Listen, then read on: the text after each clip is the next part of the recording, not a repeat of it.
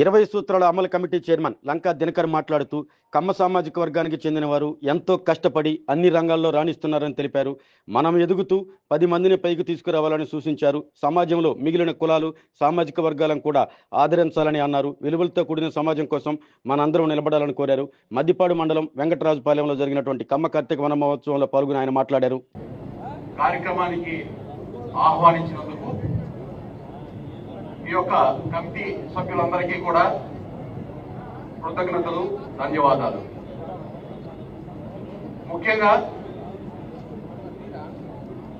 విశ్వవ్యాప్తంగా ఉన్నటువంటి ప్రజలు, సమాజంలో అంతర్భాగం దేశం, భారతదేశంలో అంతర్భాగం మన రాష్ట్రం ఆంధ్రప్రదేశ్. అందులో అంతర్భాగం మన తెలుగువారిలో మళ్ళా జిల్లా వచ్చేటప్పటికి ప్రకాశం జిల్లా, ఒంగోలు. అయితే ఎందుకు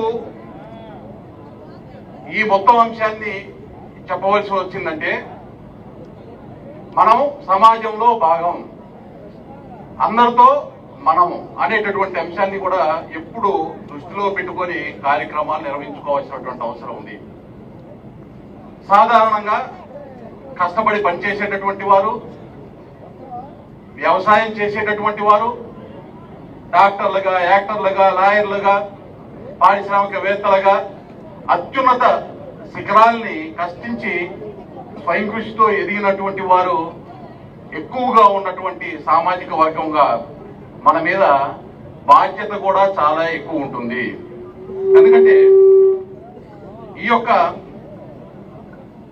సంఘానికి కూడా ప్రకాశం జిల్లా కమ్మవారి సేవా సంఘం అనేటటువంటి పేరు పెట్టారు. సేవ అనేటటువంటి పదానికి విస్తృతమైనటువంటి అర్థాన్ని, నిర్వచనాన్ని ఏదైతే మన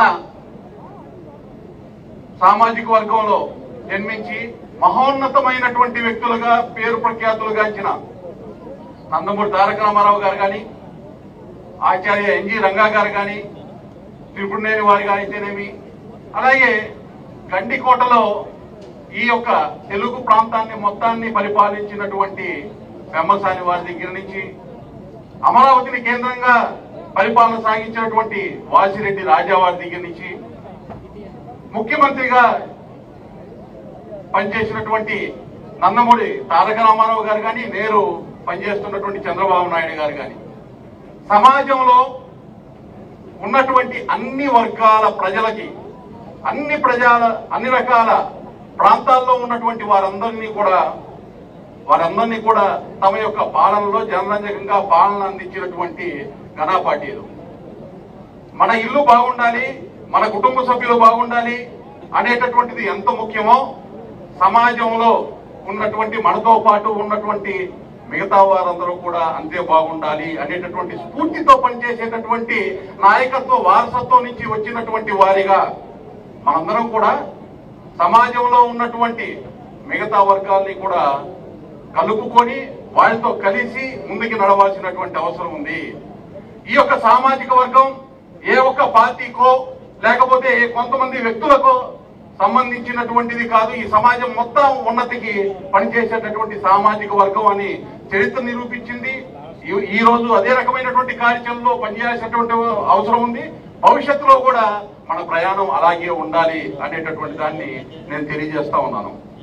2020 సెప్టెంబర్ 13వ తారీఖున ఒక వ్యాసాన్ని నేను ఆంధ్రజ్యోతి పేపర్లో నేను రాసినటువంటిది ఆ రోజు ప్రచురించడం జరిగింది.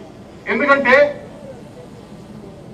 ఆ సమయంలో కుల ప్రాతిపదికన, కులానికి సంబంధం లేకుండా ప్రజలకి సేవ చేసే వ్యక్తులు కూడా ఆపాదించినటువంటి దాష్టికాన్ని మనం చూసాం.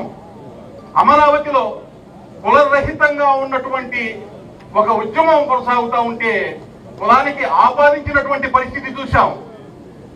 ఏ రకమైనటువంటి ఉద్యమంలో ఉన్నటువంటి వారు కానీ, అక్కడ భూములు ఇచ్చినటువంటి వారు గారు, అన్ని రకాల మతాల వారు, అన్ని రకాల కులాలు ఉన్న కేవలం ఒక కమ్యూనిటీగా కమ్మవారిని పూచిగా చూపించేటటువంటి ప్రయత్నం చేసి ఆ రోజు ఒక వ్యాసాన్ని రాయడం జరిగింది. నేను ఆంధ్రజ్యోతిలో ప్రచురించడం జరిగింది. అది 2020 సెప్టెంబర్ 13న ఏదైతే నేను వ్యాసం రాశానో 2024లో ఈ రోజు కూడా అదే అప్లై అవుతుంది, భవిష్యత్తులో కూడా అదే సూత్రం అప్లై అవుతుంది. సమాజంలో మనం ఉన్నత స్థానానికి చేరుకోవాలంటే కష్టపడి మనం పనిచేయటమే కాదు, మన కుటుంబం ఉన్నతిని సాధించడమే కాదు, మన చుట్టూతా ఉన్నటువంటి వారందరూ కూడా ఒక చక్రం లాగా ఒకరికి ఒకరికి కనెక్ట్ అయ్యి ముందుకి నడిస్తేనే బండి ముందుకు నడుస్తుంది. ఆ కుటుంబాలు అభివృద్ధి చెందుతాయి, ఆ ప్రాంతాలు అభివృద్ధి చెందుతాయి, ఆ రాష్ట్రం అభివృద్ధి చెందుతుంది, తద్వారా దేశం అభివృద్ధి చెందుతుంది. అయితే కేవలం కుచిత స్వభావంతో, సంకుచిత స్వభావంతో కొంతమందికి కులాల్ని ఆపాదించి సమాజం నుంచి ఒక సామాజిక వర్గాన్నో లేకపోతే కొంతమంది వ్యక్తులనో పక్కకి నెట్టివేయాలి అనేటటువంటి ప్రయత్నం జరిగితే, ఎవరి కోసం అయితే నేను మేలు చేస్తున్నానని ఆ పాలకుడు లేకపోతే ఆ నిర్ణయాలు తీసుకున్నటువంటి వ్యక్తులు ఎవరైతే ఉన్నారో వారి సామాజిక వర్గానికి చెందినటువంటి వారే వారిని వ్యతిరేకిస్తారు అనేటటువంటి దాన్ని సారాంశంతో ఆ రోజు నేను ఆ వ్యాసాన్ని రాయటం జరిగింది. అరిస్టాటిల్ అనేటటువంటి తత్వవేత్త చెప్పాడు, మానవుడు సంఘజీవి అంటే సంఘంలో జీవించేటటువంటి విలువలతోటి ఆచార సాంప్రదాయాలతోటి జీవించేటటువంటి వ్యక్తి మానవుడు. సంఘంలో జీవించేటటువంటి, సమాజంలో జీవించేటటువంటి ప్రతి వ్యక్తి కూడా వారి యొక్క సొంత కార్యాచరణని, వారి కుటుంబ ఉన్నతిని కోసం పనిచేసుకుంటూ మిగతా సామాజిక వర్గాలతో కూడా కలిసి మెలిసి ఉండాల్సినటువంటి అవసరం ఉంది. ఎందుకంటే ఒకరికి ఒకరు, అందరికీ ఒకరు అనేటటువంటి సహజ సూత్రం ఏదైతే ఉందో దాని మీద సమాజం నిర్మాణం అయ్యింది అనేటటువంటి అంశాన్ని కూడా ప్రతి ఒక్కరు కూడా గుర్తుపెట్టుకోవాల్సినటువంటి అవసరం ఉంది. కాబట్టి ఏదైతే మనము అత్యున్నత స్థానాలకి అధిరోహించే విధంగా కష్టపడి పనిచేయాలి, మన కుటుంబాలు బాగుండాలి, అలాగే మన కుటుంబ సభ్యులుగా ఉన్నటువంటి మన సామాజిక వర్గంలో ఉన్న మిగతా వారి యొక్క అభ్యున్నతికి కూడా సేవ నిరతతోటి సహాయం చేయాలి. అలాగే సమాజంలో ఉన్నటువంటి మిగతా కులాలకు సంబంధించిన వారు కానీ సామాజిక వర్గాలకు సంబంధించినటువంటి వారిని కూడా మనం ఆదరించాల్సినటువంటి అవసరం ఉంది. లేకుంటే మనుగడ సాధించడం అనేటటువంటిది సమాజంలో చాలా కష్టతరమైనటువంటి అంశం. ఈ అంశాన్ని ప్రతి ఒక్కరు కూడా దృష్టి పెట్టుకోవాల్సినటువంటి అవసరం ఉంది. పేదరికానికి కులము లేదు, మతము లేదు. అలాగే అత్యున్నత సంపద సృష్టించేటటువంటి వ్యక్తికి కులము లేదు, మతము లేదు. అదేవిధంగా వెనుకబాటుతనానికి కులము మతము లేదు, జ్ఞాన విజ్ఞానానికి కులము మతం లేదు. అయితే ప్రతి ఒక్క వ్యక్తి కూడా ఏదో ఒక కులంలో పుట్టక తప్పదు. మనం సెలెక్ట్ చేసుకొని పలానా సామాజిక వర్గంలోనే మనం పుట్టాలి అనేటటువంటి మనం అనుకుంటే అది సాధ్యపడదు.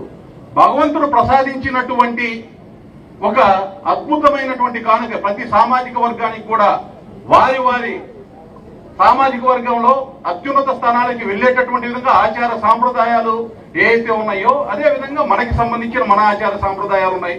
వాటన్నింటినీ కూడా కాపాడుకోవాల్సినటువంటి అవసరం ఉంది.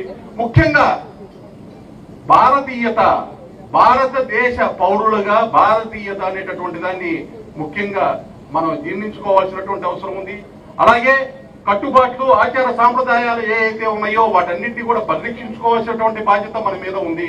ఎందుకంటే ఎప్పుడైతే మహమ్మదీయులు, ఆంగ్లేయులు ఇటువంటి వారు దండెత్తి దేశం మీదకి వచ్చారో చాలా వరకు ఈ కుల వ్యవస్థకి సంబంధించినటువంటి ఆచార సాంప్రదాయాలు, మత వ్యవస్థకి సంబంధించినటువంటి ఆచార సాంప్రదాయాల మొత్తాన్ని కూడా వారు డిస్టర్బ్ చేసేటటువంటి విధంగా కార్యాచరణ తీసుకొచ్చి పెట్టారు. ఎందుకంటే ఐక్యంగా ఇక్కడ కనుక ప్రజలు ఉంటే, ఐక్యంగా ఉంటే వారి యొక్క ఆటలు సాగు అనేటటువంటి ఉద్దేశంలో మన మధ్య భేదాభిప్రాయాలు తీసుకొచ్చేటటువంటి పరిస్థితి ఉంది. అటువంటి అంశాలన్నింటినీ కూడా అధిగమించి ముందుకెళ్లాల్సినటువంటి పరిస్థితి ఉంది. ఈ రోజు ఉన్నటువంటి శాస్త్ర సాంకేతిక పరిజ్ఞానం ఏదైతే ఉందో దాన్ని అందిపించుకొని మనం ఎదుగుతూ 10 మందిని మన చుట్టూతా ఉన్నటువంటి వాళ్ళని ముందుకు తీసుకెళ్లేటటువంటి ప్రక్రియలో మనం భాగస్వామ్యం కావాలి అనేటటువంటి దాన్ని తెలియజేస్తూ ఏ విధమైనటువంటి రాజకీయపరమైనటువంటి అంశాలని, రాజకీయపరమైనటువంటి ప్రాముఖ్యతని చూపించకుండా సేవే నిరతిగా మీరందరూ కూడా పనిచేయాలని తెలియజేస్తూ నేను ఈరోజు ఈ కార్యక్రమానికి ఇక్కడికి